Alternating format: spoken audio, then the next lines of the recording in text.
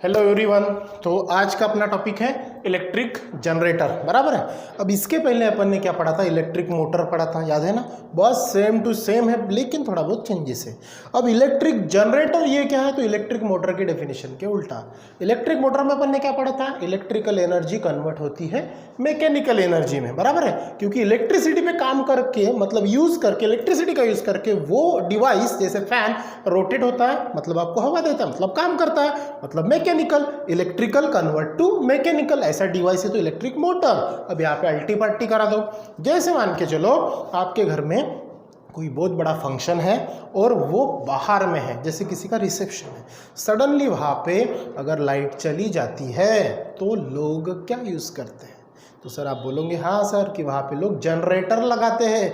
हाँ भैया, पे जनरेटर क्या करता है, तो जनरेटर आपको पता है क्या करता है, पहले टक टक टक टक आवाज़ करता है, बाद में उसका जो काम है, मतलब पहले वो काम कर रहा है, मतलब एनर्जी क्रिएट्स कर रहा है, बराबर, और उसका कन्वर्जन जो आपके घर की इलेक्ट्रिसिटी कट हुई है वापस फिर से उसको ला रहा है। इसका मतलब मैकेनिकल एनर्जी को कन्वर्ट कर रहा है इलेक्ट्रिकल एनर्जी में। पॉइंट समझ में आ रहा है। मतलब अपन उसकी डेफिनेशन क्या बोल सकते हैं, electric generator is a device which converts mechanical energy converts into electrical energy. क्या बोलेंगे, देखो बोर्ड पे भी लिख के रखें, a generator which converts mechanical energy into electrical energy.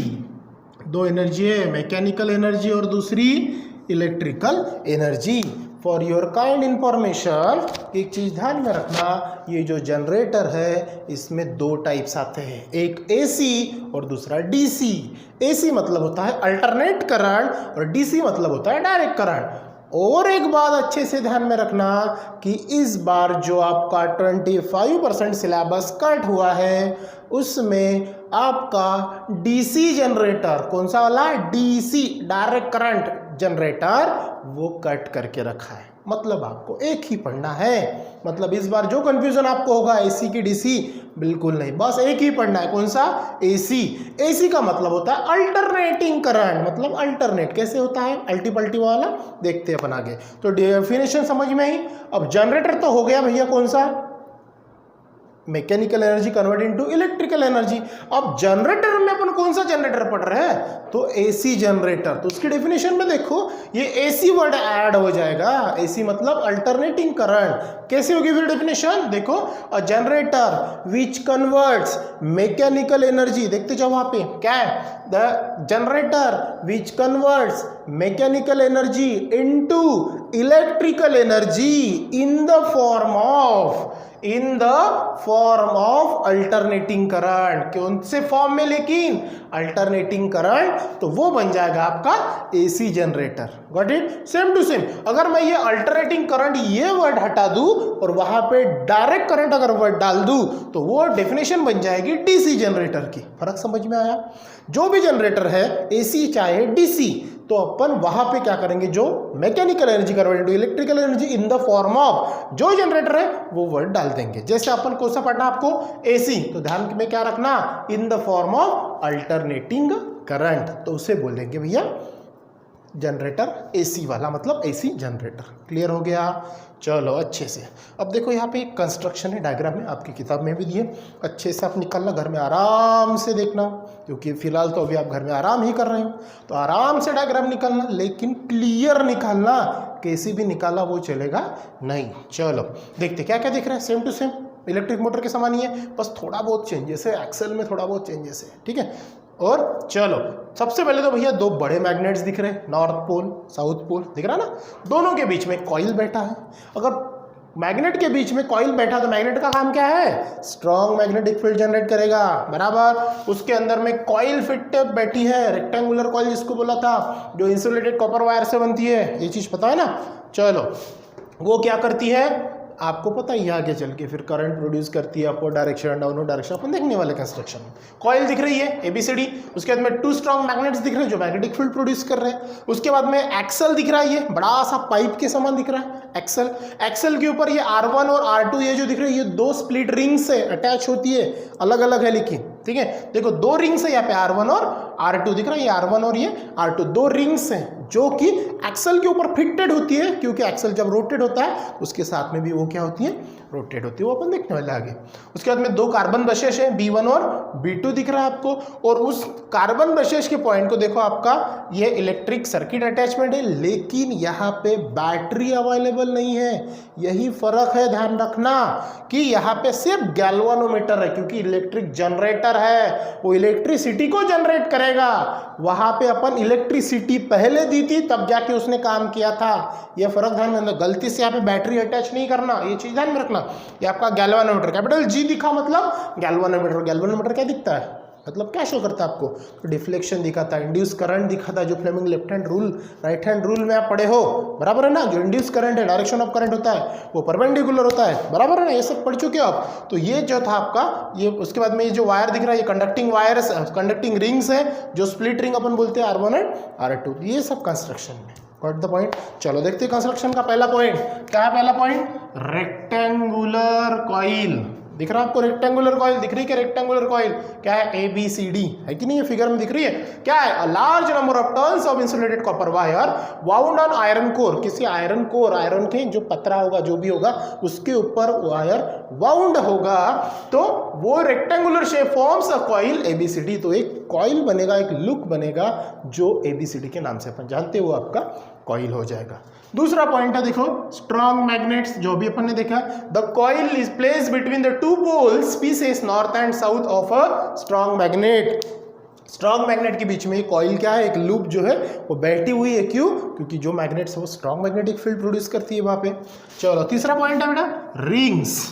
Rings में क्या है, the 2 ends of the coil are connected. देखो कॉइल के 2 एंड, एक पहला एंड यहाँ पे अटैचमेंट है, ये देखो पहला एंड यहाँ पे, ये वाला आया यहाँ पे, और ये कॉइल का दूसरा एंड यहाँ पे अटैचमेंट है, बराबर है ना।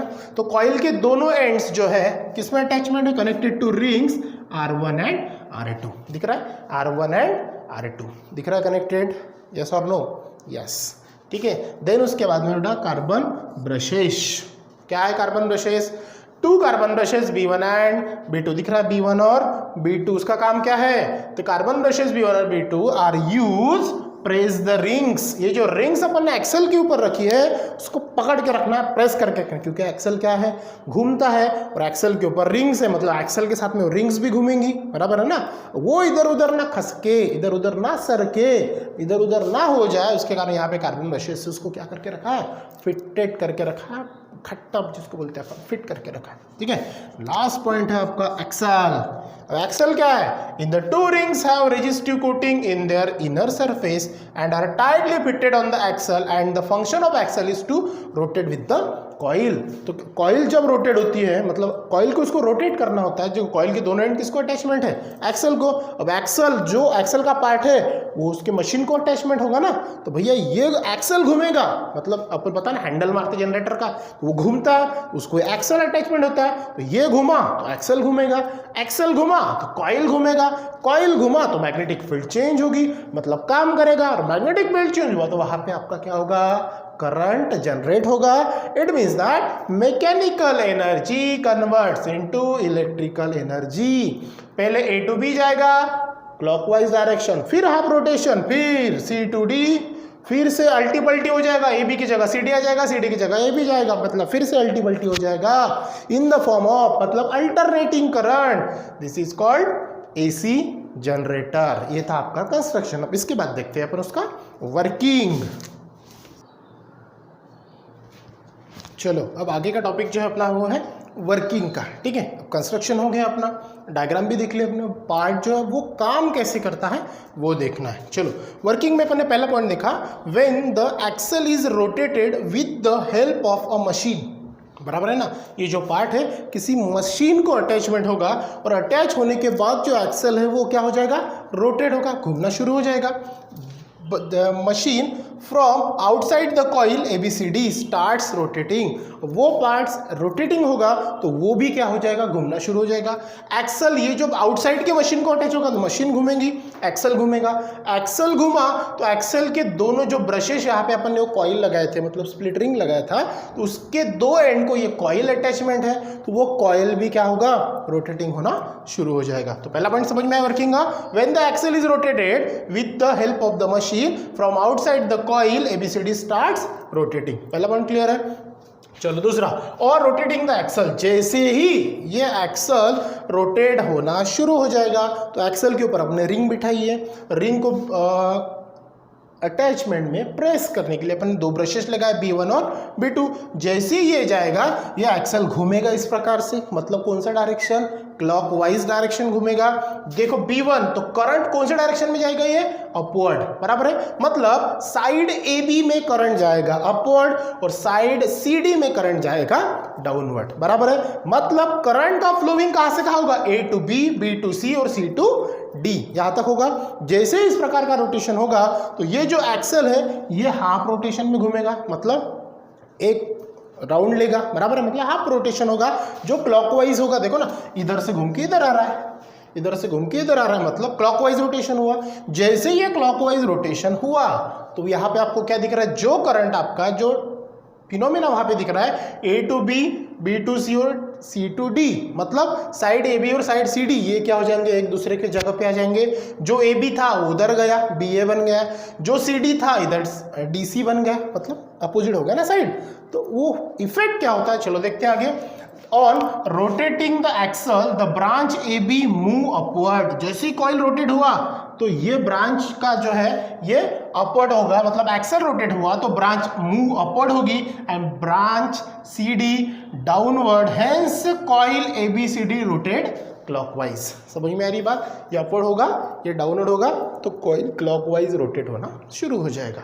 Then according to Fleming's right hand rule, कौन से भाई साहब, फ्लेमिंग और उनका कौन सा rule, right hand rule. Electric current जब भी फ्लोज होता है इन द डायरेक्शन ऑफ, क्या होगा, A to B, B to C, C to D, बराबर है। तो अपना इंड्यूस करंट प्रोड्यूस करता है। तो direction of current A to B, B to C और C to D, therefore current flows from B2 to B1। देखो यहां से यहां गया, मतलब इधर से करंट इधर आया ना, तो यहाँ पे ब्रश कौन सा दिखा आपको, पहले B2 और B2 से होते हुए कहां पे आया, B1 के पास में आया, दिख रहा B2 to B1 in the external circuit through galvanometer. बाहर के सर्किट जिसका अपन ने वो देखा था ना, कॉइल वाला जिसमें इंड्यूस करंट हुआ था, बराबर है। जो इंड्यूस करंट मतलब गैल्वानोमीटर ने उसको शो किया था, जो आपका सोलेनॉइड कॉइल वाला था, इंड्यूस करंट वाला फिनोमेना, इसके पहले अपन ने देखा था। सेम यहाँ पे अप्लाई होता है, ठीक है। तो करके यहाँ पे बोला उन्होंने Fleming's right hand rule, got it. तो अब यहाँ पे क्या हो गया, ये हाफ रोटेशन कंप्लीट हो गया एक्सल का।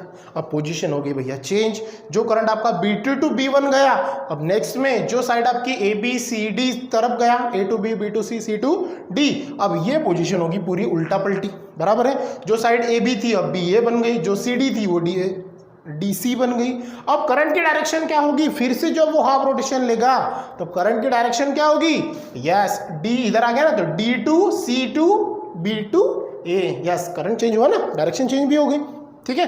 तो वो फिर से A to B, C to D था, अब ये D to C, C to B और B to A रहेगा। और जैसे ये B2 to B1 carbon brushes था, अब यहाँ पे क्या होगा, अपोज B1 to, ये B1 इधर गया, ये इधर आ गया, इसमें it means that B1 to B2 हो जाएगा। देखो आगे के पॉइंट में वही है। आफ्टर हाफ रोटेशन, जैसे उसका हाफ रोटेशन कंप्लीट हुआ, branch AB and CD exchange their position. Branch AB और CD की पोजीशन क्या हो जाएगी, एक्सचेंज, मतलब AB CD की जगह जाएगा, CD AB की जगह आएगा। And induced current flows as, और जो यहाँ पे जो फिर से इंड्यूस करंट होगा ना, बराबर है ना, क्योंकि वो घूम रहा है एक्सल, क्योंकि इलेक्ट्रिक जनरेटर मतलब मशीन घूम रही है, बराबर है। तो फिर से वो क्या हो रहा है, इंड्यूस करंट प्रोड्यूस कर रहा है, लेकिन अब उसकी डायरेक्शन यहाँ पे होगी चेंज। जो पहले अपनी A to B, B to C और C to D थी, अब यहाँ पे क्या हो जाएंगी, D to C, C to B और B to A हो जाएगी। समझ में आया। Since the branch BA is in contact with brush B1, देखो यहाँ से ये ब्रश भी इधर चला गया, समझ में आ रही बात, जो मैंने पहले ही क्लियर करा दिया। तो जो BA था उधर साइड में जो गया वो B1 के कांटेक्ट में आएगा, और ब्रांच DC जो है वो आ जाएगी B2 ब्रश के कांटेक्ट में। फिर से current flows from B1 to B2 in the external circuit, that is in the direction opposite रहेगी, लेकिन उसकी डायरेक्शन क्या रहेगी, अपोजिट क्योंकि जो प्रीवियस हाफ रोटेशन हुआ था उसके अपोजिट में उसकी डायरेक्शन क्या रहेगी, अपोजिट रहेगी। तो पहला हाफ रोटेशन फिर दूसरा हाफ रोटेशन, इस प्रकार ये दोनों पॉइंट अच्छे से पढ़ना डी और ई, क्योंकि बहुत ही आईएमपी है। देन लास्ट पॉइंट है यही phenomena this repeats after every half rotation, ये फिनोमिना हर हाफ रोटेशन के बाद में होते रहेगा।